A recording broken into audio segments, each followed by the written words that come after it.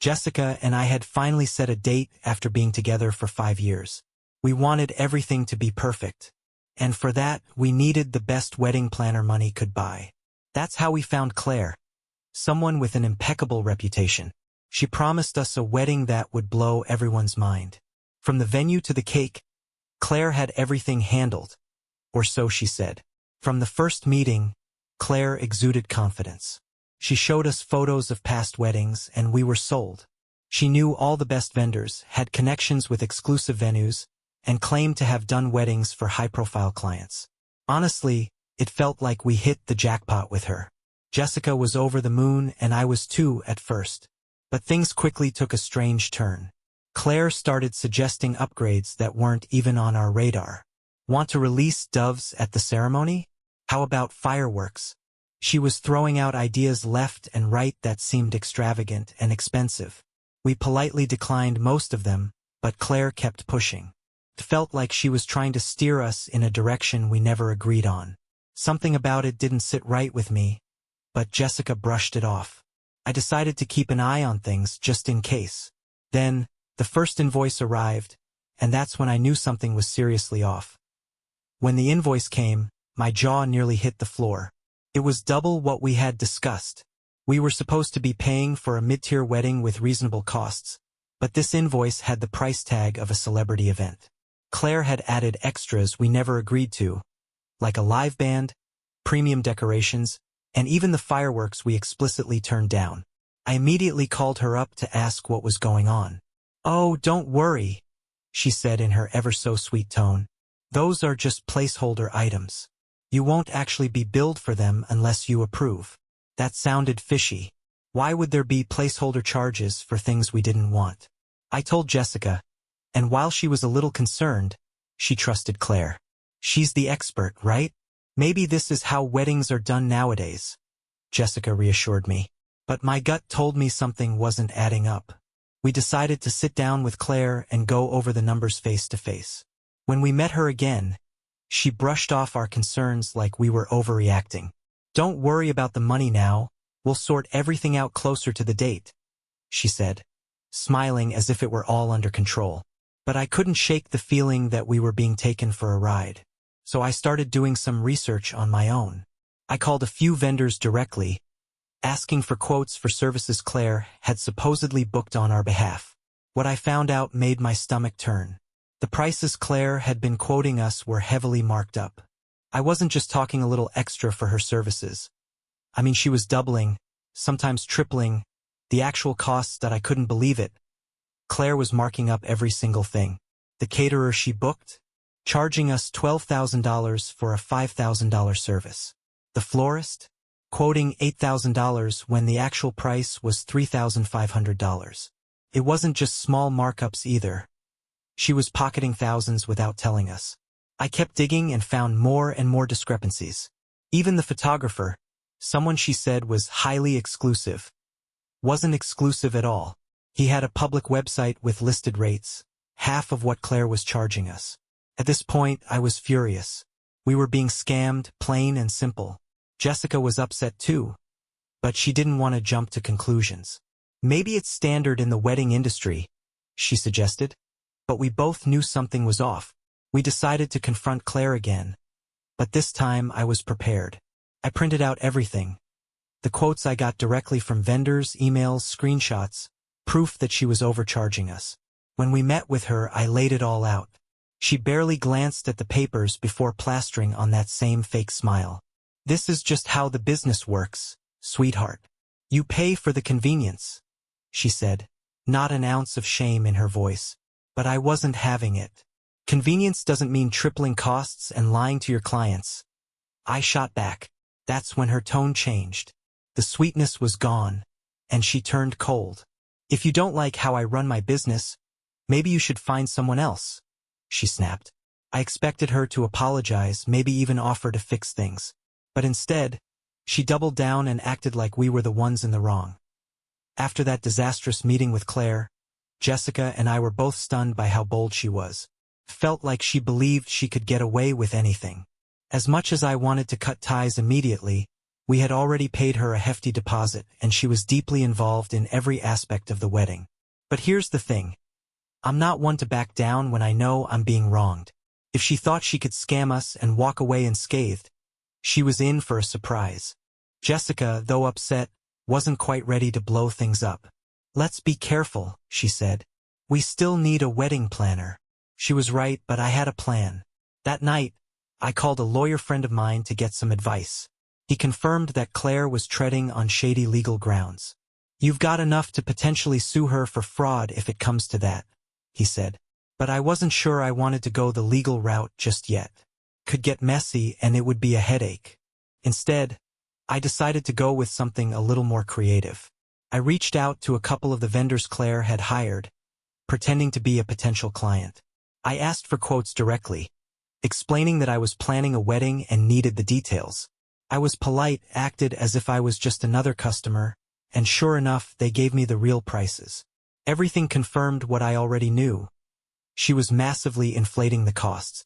Jessica was nervous about stirring the pot, but when I showed her the hard evidence, she agreed it was time to take action. We had the facts, and we were ready to turn the tables on Claire. The next step? We had to make sure she couldn't weasel her way out of this.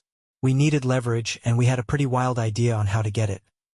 Now that we had proof that Claire was overcharging us and pocketing the difference, we needed to come up with a way to confront her without spooking her into disappearing. She had all of our wedding details locked down. Venues, caterers, photographers, the works. If she bailed, it could derail everything. But we couldn't let her keep walking all over us. Jessica and I decided to play it cool, act like nothing was wrong for now. We continued our meetings with Claire, discussing final touches and confirming details.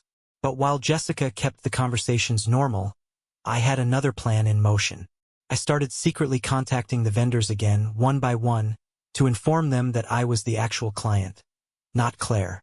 Most of them were shocked. They had no idea they were dealing with a middleman who was marking everything up.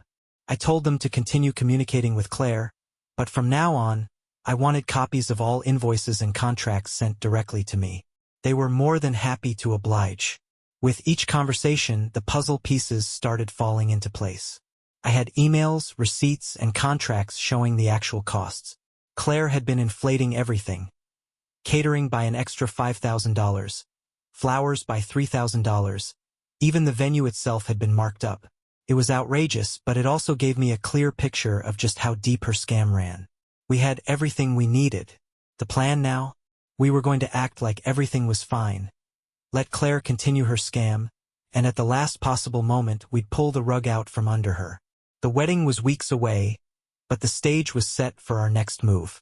And trust me, when the time came, we'd make sure Claire would never see it coming. With everything falling into place, Jessica and I knew we had to keep playing our parts. Pretending like we were none the wiser to Claire's scam was tough. Every time we met with her, knowing what we knew, it took everything in me not to call her out on the spot. But Jessica reminded me we needed to be patient. The payoff would be worth it.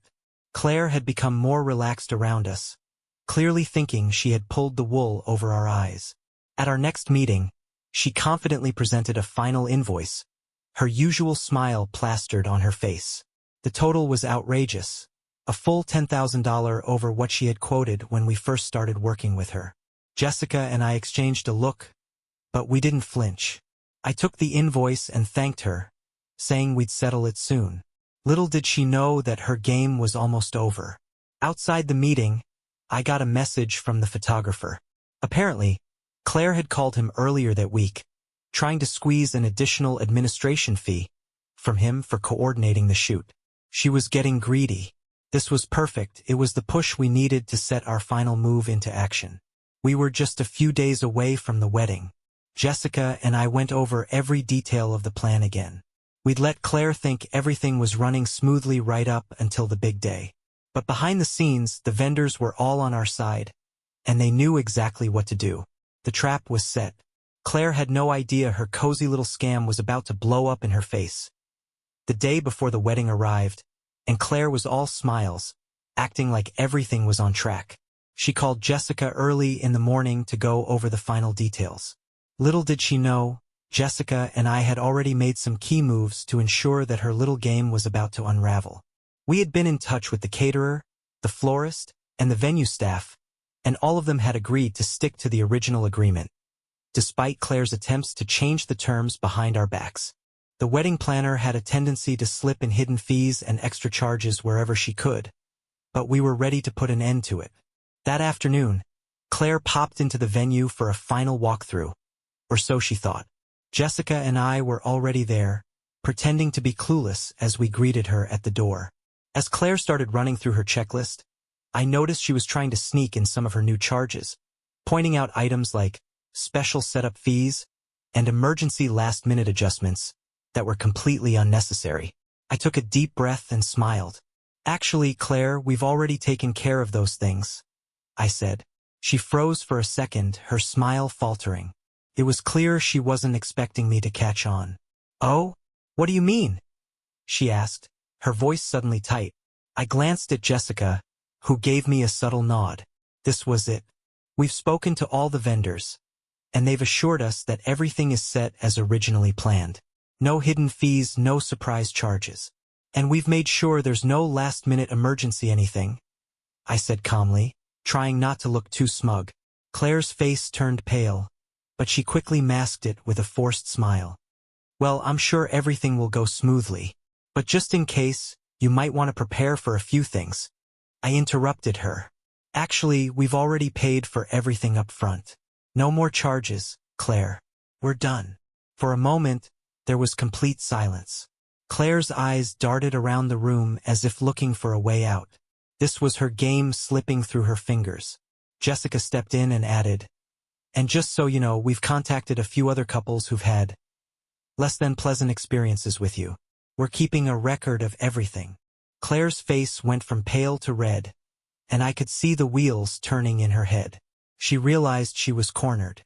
"Well, I'll be seeing you tomorrow at the wedding," she said with a fake smile, clearly trying to regain her composure. "I'm sure it will be beautiful." "Yes," I said, "and I'm sure it'll be exactly what we paid for, no more, no less." As Claire walked away, I exchanged a look with Jessica. We had just won the first round. Tomorrow, Claire wouldn't even know what hit her.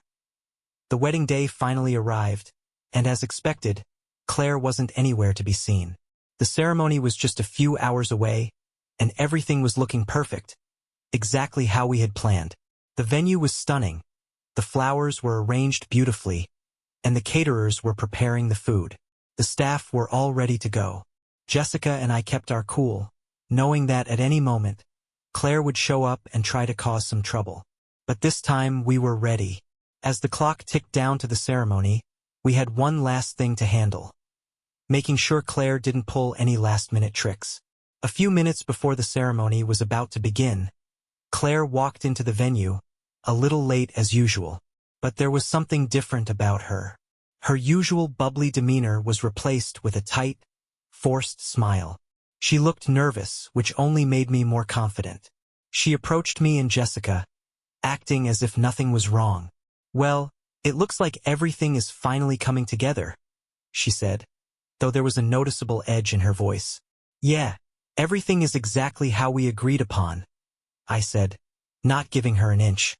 Claire tried to steer the conversation in another direction.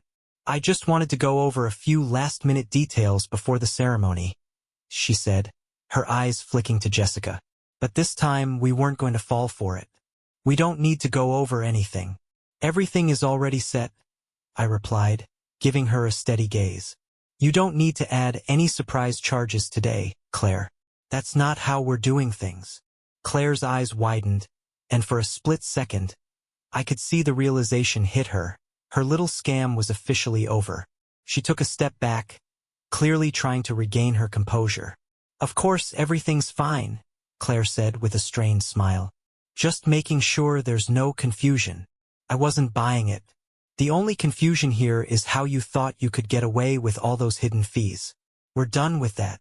Jessica, who had been watching quietly up until that point, stepped in and said, "And just so you know, I've already reported some of your past actions to the other couples you've worked with. Word is spreading quickly about your tactics." For the first time, Claire looked truly rattled. She started to stutter, but before she could respond, I turned and walked away, making it clear that I wasn't about to entertain any more of her nonsense. As the ceremony began, Claire tried to stay professional, but it was clear that her confidence had shattered. She kept looking over at us, and we couldn't help but notice how her movements seemed a bit more frantic, like she knew her time was up. The rest of the day went off without a hitch. No hidden fees, no surprise charges. The ceremony was beautiful, and the reception was everything we had dreamed of. As we danced and celebrated, Claire remained in the background, clearly trying to put on a good front. But it was clear she had lost. That night, as we were packing up to head to the hotel, I couldn't help but feel a little smug. Claire thought she could scam us, but we'd turned the tables. She had learned a hard lesson, and I knew this wasn't the last time we'd hear about her shady business practices. Tomorrow, we'd be telling everyone we knew about what happened, and Claire would have to answer for her actions.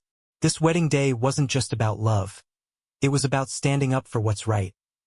The next morning, as Jessica and I were sipping coffee, I got a call. It was from another couple we had met through Claire, Sarah and Ben, who were in the middle of planning their own wedding. I'd mentioned to them briefly about some of the strange charges Claire had tried to sneak in during our planning, but I didn't think it would go much further. But this call? It was serious. "Hey, you weren't kidding, were you?" Ben said on the phone.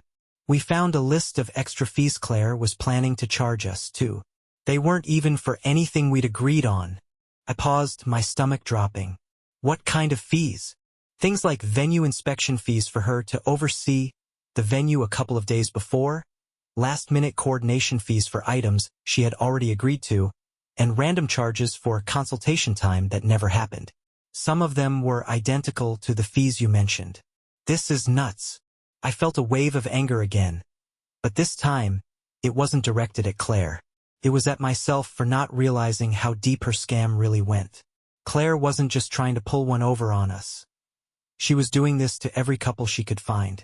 And now, Sarah and Ben were in the same position we had been. "She's done this before?" I asked. "Yep," Ben said, his voice full of frustration. "We caught it in the fine print on her contract. You were right to call her out. We're canceling everything with her." As we talked, the truth hit me. Claire wasn't just a bad wedding planner. She was a con artist. And now it was clear.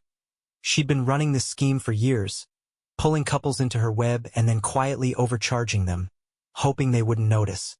But this time, with us, she had picked the wrong people to mess with. After I hung up, I told Jessica everything. It wasn't just about us anymore. Claire was a predator in the wedding business, and we weren't the only victims. Jessica and I decided then and there that we couldn't let Claire get away with this. We had to warn the other couples who were currently working with her, and we had to expose the full extent of her scams. We started calling around, reaching out to other couples we knew who were also planning their weddings with Claire.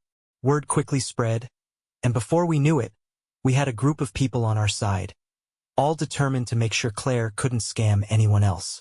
By the time the day ended, we had already compiled a list of names, wedding dates, and all the ways Claire had tried to overcharge them. It wasn't long before some of the other couples, like Sarah and Ben, started sending us their copies of the contracts, revealing just how much Claire had been trying to milk them for. We weren't just fighting back for ourselves anymore. We were standing up for everyone Claire had tried to rip off. And we had a plan. A big one. Tomorrow, we were going to confront Claire with everything we had, and we weren't leaving until she paid the price for what she'd done. The battle wasn't over, far from it. But we had the upper hand now, and we weren't going to back down. The next morning, Jessica and I were ready. We had all the proof we needed, and we weren't walking into that meeting empty-handed. We had reached out to the other couples Claire had scammed, and together we had compiled a list of charges, contracts, and hidden fees she had tried to sneak by us. It was all there. The fake inspection fees, the last-minute charges, the overpriced services that were never delivered. We were going to confront Claire with everything, and this time, she wouldn't be able to talk her way out of it. We drove to her office, Jessica and I silently preparing ourselves for whatever Claire might throw at us. We were done playing nice. As we walked into her office, Claire looked up from her desk with a smile that instantly put me on edge. She looked at us like nothing had changed, like she still had control of the situation. But we weren't here to be intimidated anymore. "Hi, Claire," Jessica said, her voice calm but firm. "We've got some things we need to talk about." Claire's smile faltered, but she quickly recovered. "Of course, what's on your mind?" She leaned back in her chair, folding her arms across her chest, trying to act like she was in charge. But I could see the flicker of nervousness in her eyes. "We've been going over everything. Your contracts, the extra fees you've been charging people, the services you've promised but never delivered," I said, pulling out the stack of documents we'd gathered. "And we have some questions for you." Claire's eyes narrowed, and I could tell she knew what was coming. She sat up straighter, clearly trying to come up with a way out. "You're mistaken," she said, her voice shifting to that defensive tone we had heard once before. "These are standard charges. All clients know about them up front. You signed the contracts. Everything was explained clearly." "No," Jessica said, shaking her head. "You didn't explain anything clearly. You buried these charges in the fine print, hoping people wouldn't notice. And you've been doing it for years. We've talked to other couples, Claire. This is a pattern with you. You're scamming people." Claire's face turned pale, and for a moment, I thought she might crack. But then she straightened her back and tried to maintain some semblance of control. "You think you've got me?" Claire sneered, her tone dripping with venom. "You can't prove anything. All I've done is offer premium services to clients who want the best wedding possible. If they don't want to pay, that's their problem." I slammed the pile of documents down onto her desk. "You think we're the only ones you've done this to?" I said, my voice rising with anger. "We're going to expose you. We've already reached out to other couples. We've got everything we need, Claire. The lies are over." There was a long, tense silence in the room. I could see her processing everything. She knew she was caught, but I didn't expect what happened next. Claire's demeanor shifted suddenly. She stood up, pushing her chair back with a screech. "You think you can take me down? You think you're the first people to try this?" she said, her voice shaking with a mix of frustration and fear. "I've been doing this for years, and I'll find a way out of this, just like I always do." She started pacing, muttering to herself under her breath. Jessica and I exchanged looks. We weren't sure if she was just bluffing or if she truly had another trick up her sleeve. But we weren't about to back down now. Claire stopped pacing and stared at us, her eyes hardening. "You want to play hardball? Fine. But this isn't over. You think you can win this fight? You have no idea who you're dealing with." She was right about one thing. This wasn't over. But I didn't care. It wasn't just about us anymore. It was about making sure she couldn't scam anyone else. "We'll see about that," I said, standing tall. "We're going to make sure your little scam comes to an end. And we're not walking away until we've exposed you for good." With that, we turned and walked out of the office. Claire's threats echoed behind us, but we knew we had the truth on our side. And this was only the beginning. As soon as we left Claire's office, I felt a sense of relief wash over me. We had confronted her, called out her lies, and exposed her scam. But that feeling was short-lived. The real challenge was just beginning. Claire wasn't going to let this go without a fight, and I knew it.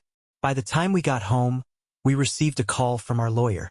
Claire had filed a complaint against us, claiming we were slandering her business and trying to ruin her reputation. It was clear she wasn't just going to roll over. She was fighting back hard, trying to discredit us before we could fully expose her. But I wasn't worried. We had everything we needed, the documents, the testimonies from the other couples, and the proof that Claire had been running this scam for years. She could make all the threats she wanted, but we were ready to take her down. Over the next few days, Jessica and I worked with our lawyer to prepare for the inevitable legal battle. We gathered more evidence, reached out to even more people who had been scammed by Claire, and started preparing for the media storm that was sure to follow. I knew we were on the right side of this, but I also knew it wouldn't be easy. Claire had money, influence, and connections. She was used to getting her way, and she wasn't going to go down without a fight. Then, a few days later, something unexpected happened. We got a call from one of Claire's former employees, a woman named Sarah, who had worked for her for over 5 years. Sarah was nervous but told us she had information that could help us. It turned out, Claire had been using fake reviews and testimonials to lure in clients, and Sarah had been part of the operation. She had been forced to create fake accounts and write glowing reviews for Claire's services, all while knowing that the reviews were completely fabricated. Sarah was scared, but she told us she wanted to do the right thing. She provided us with emails, text messages, and even screenshots of the fake accounts she had set up for Claire. This was a game changer. With this new evidence, we had even more leverage against Claire. It was clear she had been deceiving her clients in every way imaginable, and now we had the smoking gun to prove it. As the days passed, Claire's attempts to discredit us grew more desperate. She started spreading rumors about us to our friends and family, claiming that we were the ones who had been dishonest. But every time she made a new claim, we had a counterclaim ready. The more she tried to drag us through the mud, the more we revealed the truth about her shady practices. It became clear that Claire was unraveling. Her once confident demeanor had turned into desperation. She knew her empire was crumbling, and no matter how much she tried to fight back, she couldn't escape the truth. Every new piece of evidence we uncovered made it harder for her to maintain her facade. The walls were closing in, and she knew it. Then, one afternoon, I received a shocking email from Claire. She wanted to meet. At first, I thought it was another attempt to manipulate us, but when I read the message more carefully, I realized it was different. Claire was asking for a settlement. She was offering to pay us back every penny we had lost, plus more, if we would drop the legal action and keep quiet about everything we had uncovered. It was an unexpected twist, but it made sense. Claire was a businesswoman at the core, and she realized the damage was already done. She was willing to pay us off to save herself from further embarrassment and legal consequences. But we weren't going to settle for that. We weren't in this for the money. We were in it to make sure she couldn't hurt anyone else. I immediately called Jessica and told her about the offer. She was just as shocked as I was, but we both agreed this was our moment. We weren't going to let Claire get away with it. We had come too far, and we had too much evidence to stop now. "We're not taking the deal," I told Jessica. "We're going all the way." We had no intention of backing down. The more Claire tried to sweep this under the rug, the more we were determined to make sure she faced the consequences. We weren't doing this for the money or the fame. We were doing it to protect future couples from falling into the same trap. And with that decision, the real battle was about to begin. Claire had underestimated us, and now we were going to make sure she paid for everything she had done. The next few days were a blur. We were preparing for the legal battle with Claire, getting everything in order, making sure the evidence was airtight. But just as we were about to take the next step, something completely unexpected happened. I was at work when I got a phone call from Jessica. Her voice was frantic. "You won't believe this," she said. "Claire is in trouble. Big trouble." Confused, I asked her to explain. Apparently, Claire had been using the same deceptive practices with other vendors. Wedding photographers, caterers, florists. She had been getting massive discounts by promising them business, only to either disappear or give them bad reviews if they didn't comply.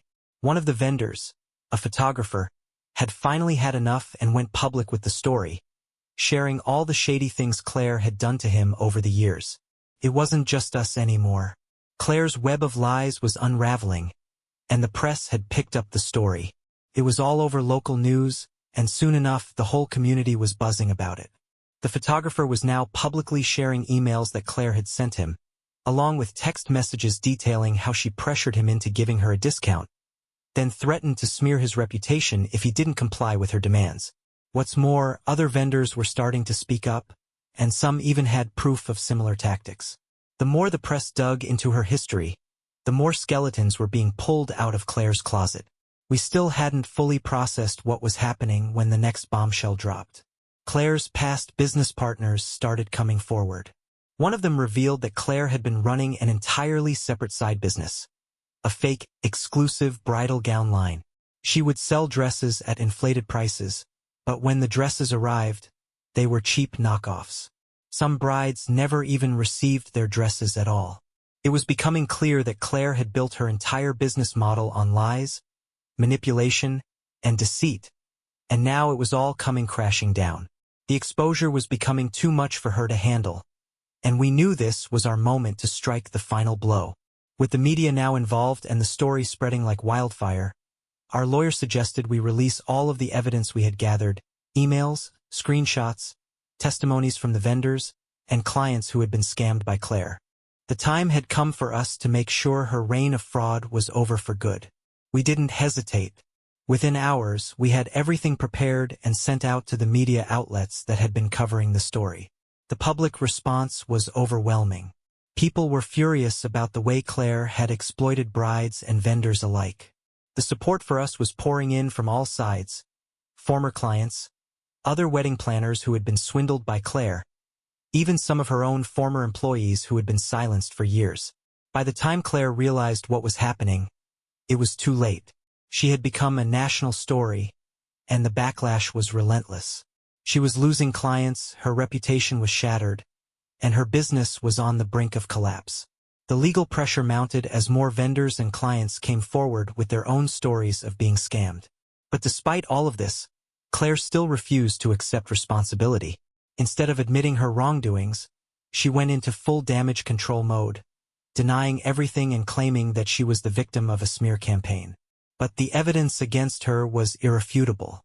The more she tried to cover it up, the more it exposed her. As the weeks went on, we started seeing the real consequences of Claire's actions. She lost her business, her reputation was in ruins, and people were finally seeing her for what she truly was: a fraud. But the most surprising part?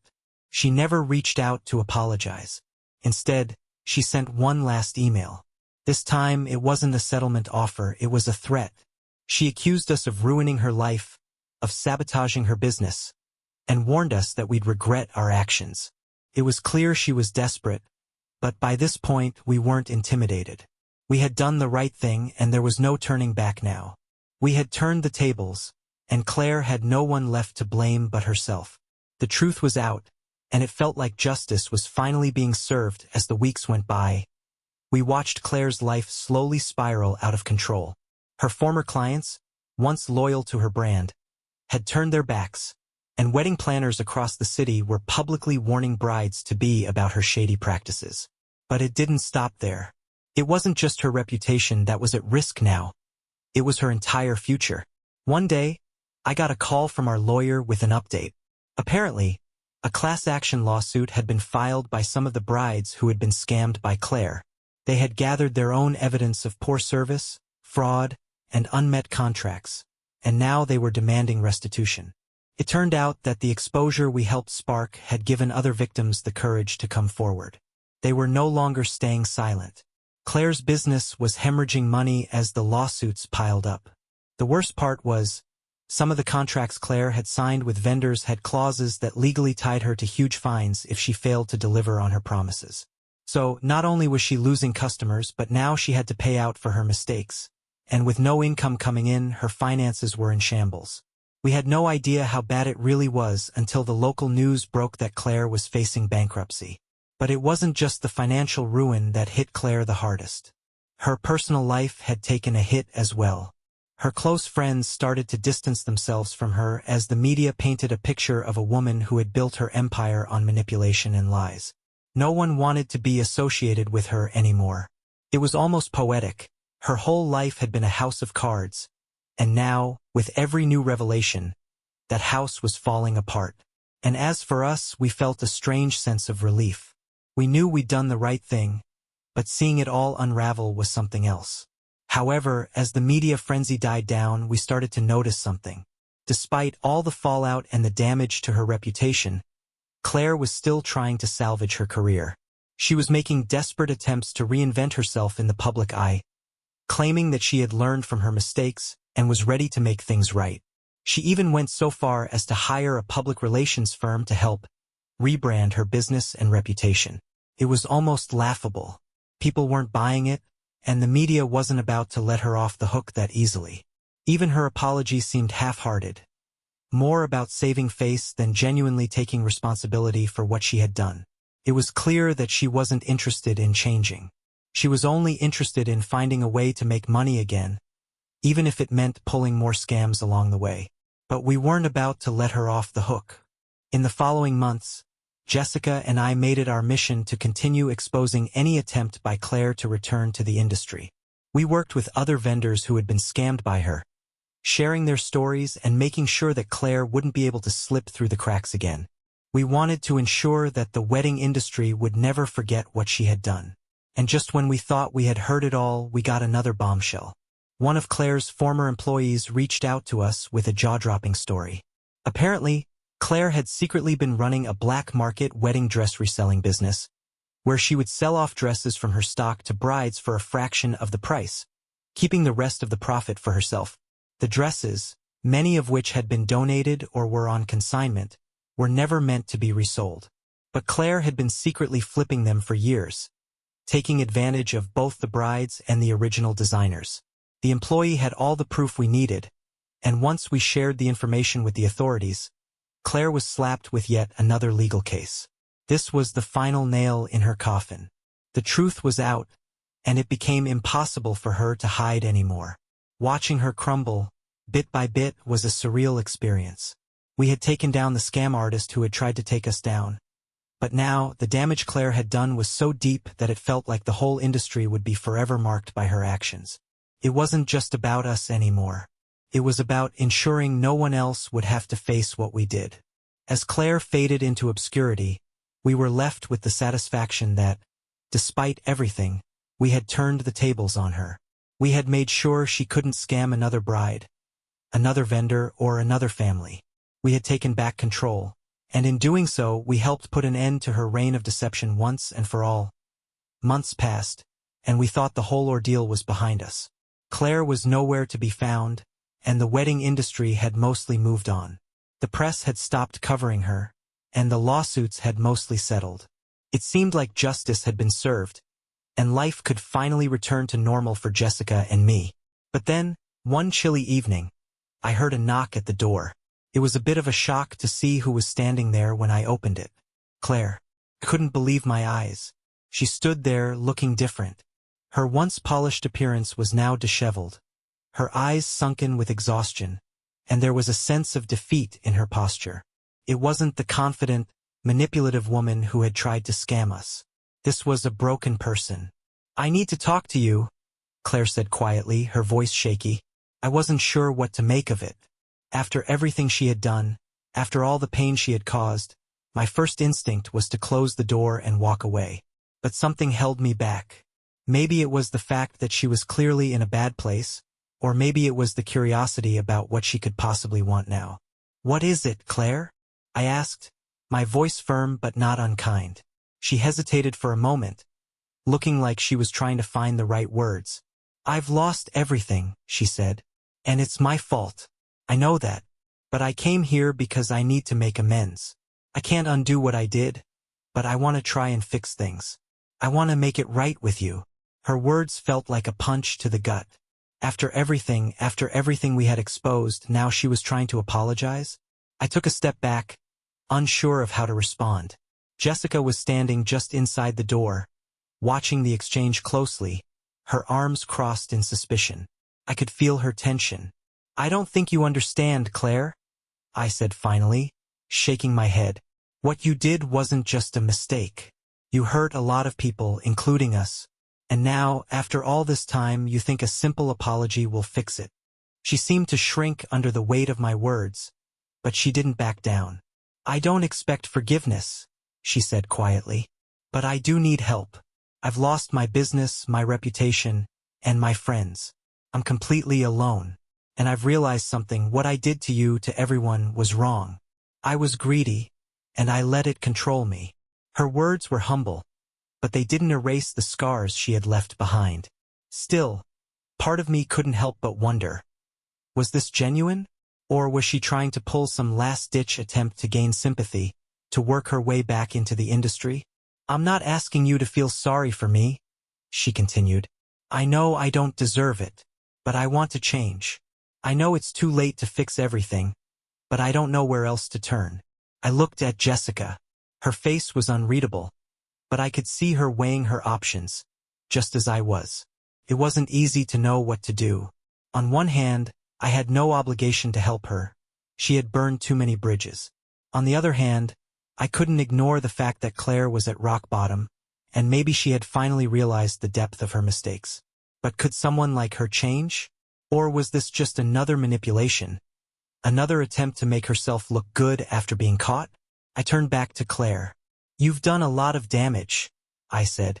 "But I'm not going to make the decision for everyone. If you really want to turn things around, you need to prove it. And you have to do it without expecting anything from us. You can't just walk back into our lives and expect us to forget the past." Claire nodded solemnly, tears starting to form in her eyes. "I don't want you to forgive me. I don't deserve that. I just want a chance to do something right." For a moment, it felt like the weight of everything that had happened was hanging between us, unspoken. Was this really Claire trying to make amends? Or was she just trying to salvage her own reputation? "Let me think about it," I said finally, closing the door. As I walked back into the living room, Jessica met my gaze with a raised eyebrow. "What do you think?" she asked. "I'm not sure yet," I admitted. "But we can't just ignore her. Maybe she really has changed. But we'll see if her actions match her words."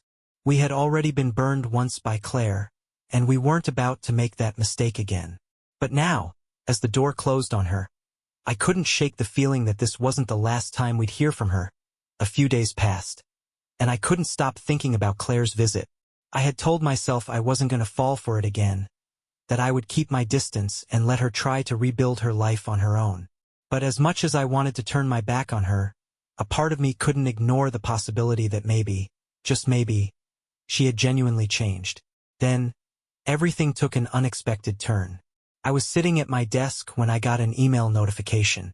At first, I thought it was just another piece of spam, but when I saw who it was from, my heart skipped a beat.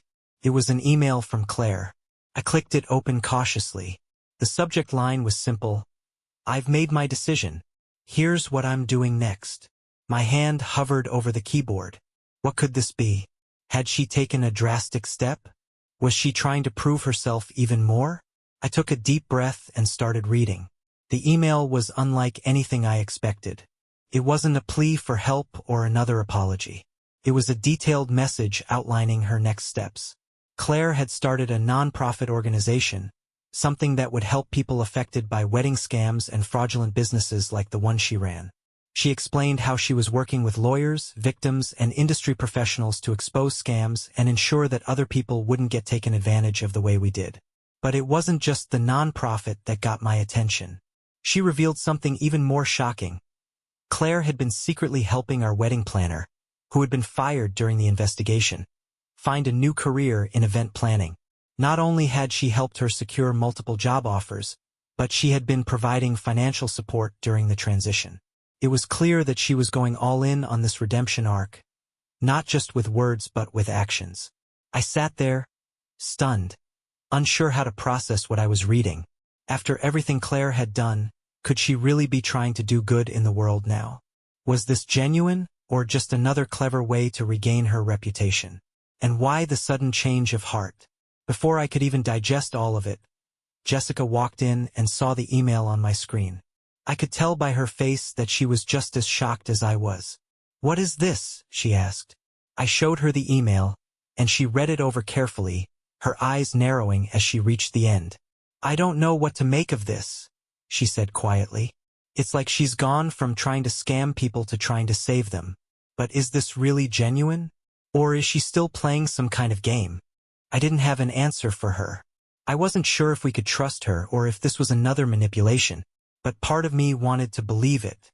Maybe Claire really had hit rock bottom and was trying to make something right after all. But the other part of me couldn't shake the feeling that we hadn't seen the last of her. We talked about it for a while, discussing what to do next.